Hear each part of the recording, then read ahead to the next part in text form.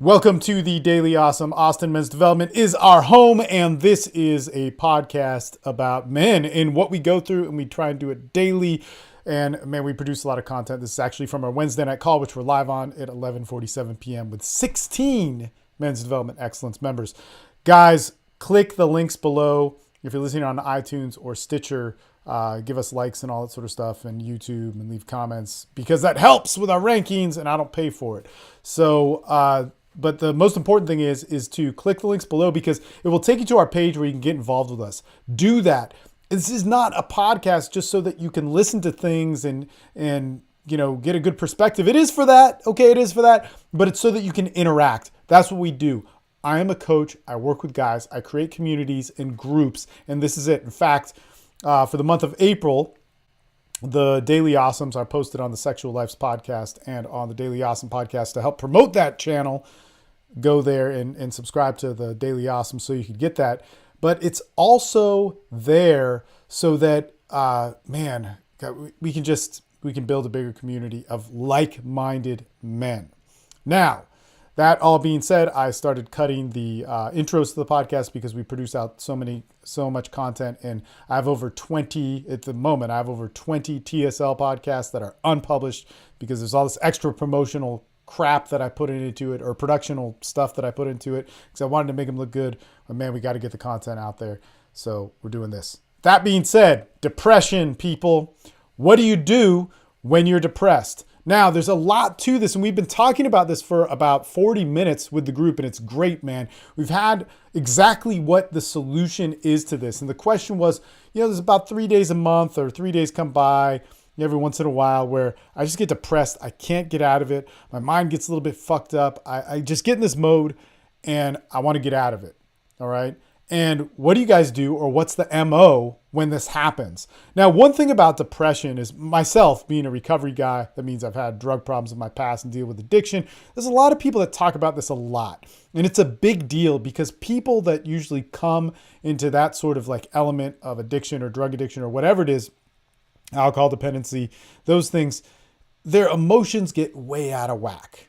All right. And whether they were born with them or, the process of having that lifestyle, it happens. So when they talk about depression, and one of the things is, man, I know a lot of people that commit suicide, that overdose, and that react a lot to their emotions that kill them. And it's a never-ending feed of people for me. It's really actually a sad thing. So this is taken very seriously in the recovery realm. But over here in our men's development excellence call, it's also taken seriously and with a great voicing of a great diversity of different things that are talked about. One thing that I want to put in perspective, that the guy who asked this question, he said, man, I don't like feeling it, but I can't get out of it. Okay. So one thing that we're talking about here, we're not talking about simple things where you just have a bad day and you reframe it, or a simple thing, you have a bad day and you just go, oh man, I'm going to think good thoughts, or I'm going to make a gratitude list and it's going to work. These are all things that you should do, but they're not going to solve your problem. If you have a problem with depression, it will not solve your problem. Those things will not. What will solve your problem are actions, and you have to take them.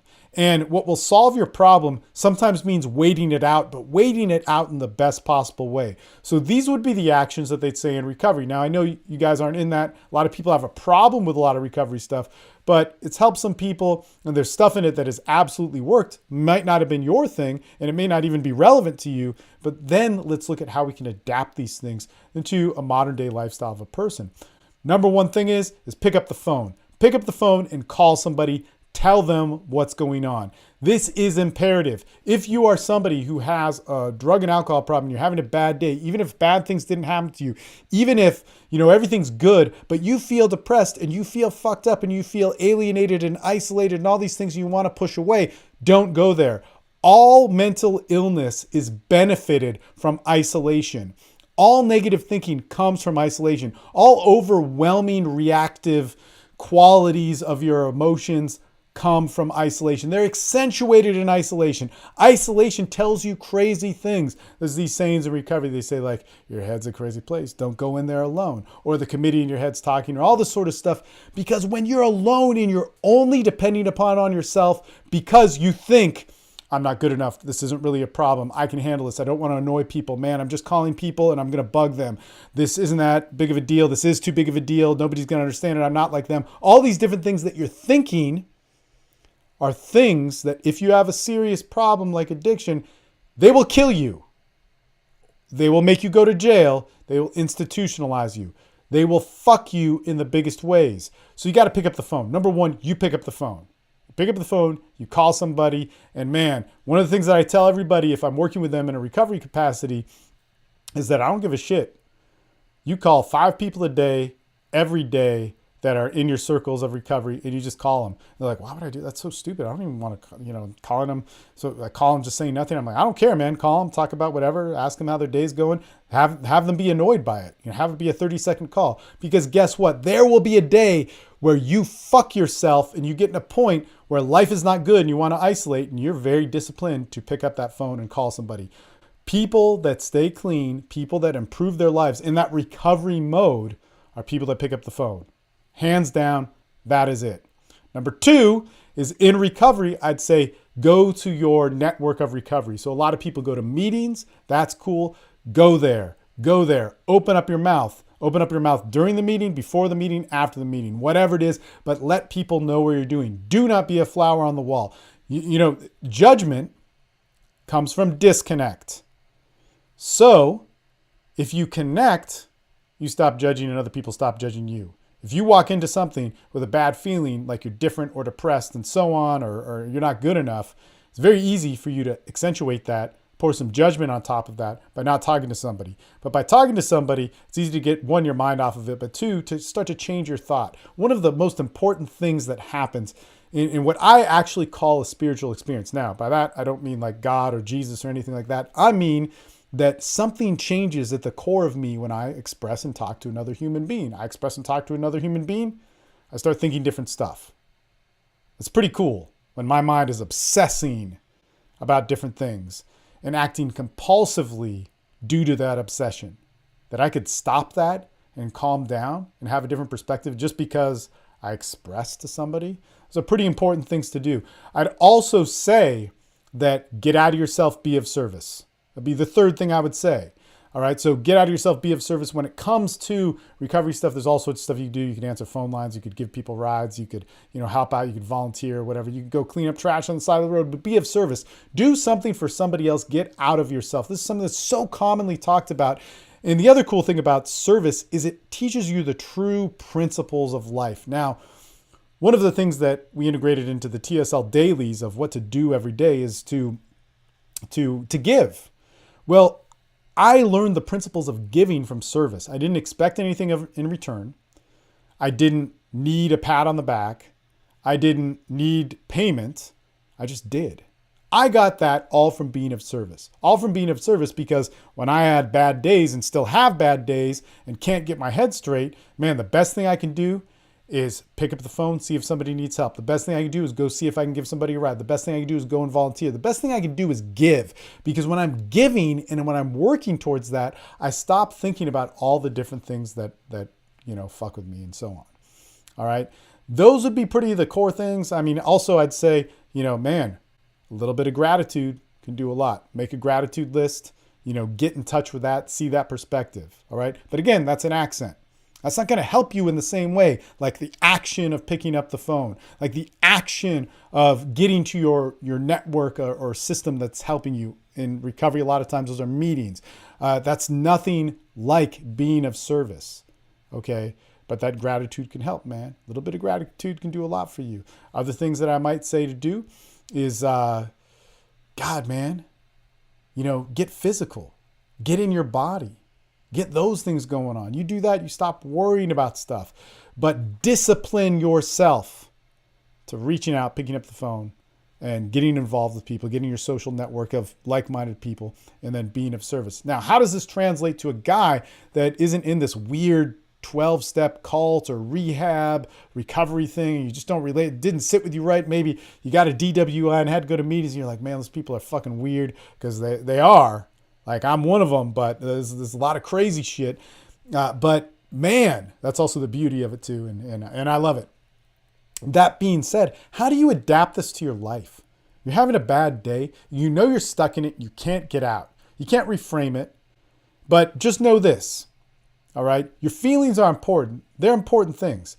But you can act your way into new thinking rather than think your way into new acting, right? That's a recovery thing. But the same thing goes with feelings.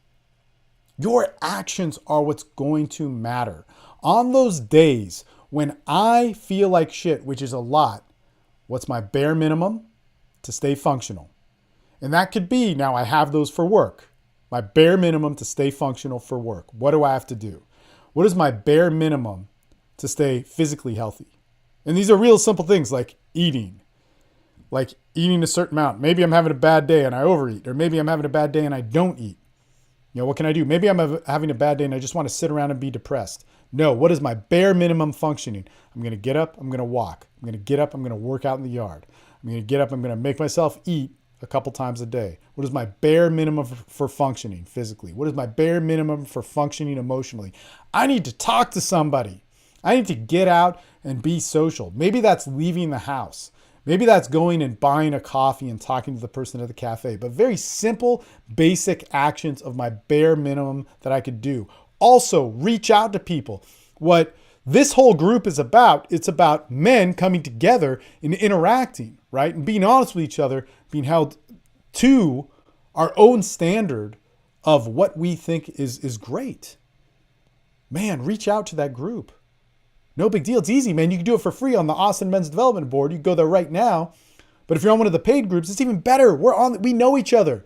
If you're on the paid groups and you don't show up on the calls, and we have a lot of calls, it's really, you can show up on the calls. It's crazy.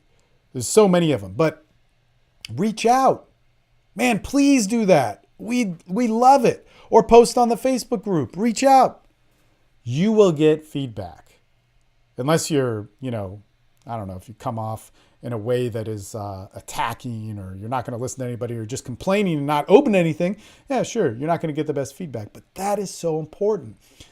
What we also talked about, that ties into that whole social network. A lot of recovery people who go to meetings, they go to meetings, right? What you should do is plug into the constant feed of support that we have here. Get to know the people, man. All that stuff that you carry in your brain thinking you're different, man, is going to make it worse. Now, maybe you're not a drug addict. It's not going to kill you or put you in jail or whatever, but man, put it out there. It's not going to hurt you. We're not these guys that are posturing for alphaness. We're actually guys who accomplish things with our lives, and that's what we care about rather than our fucking society label and image or whatever the fuck you want to call it. So put it out there. Be real. Honesty is valued here.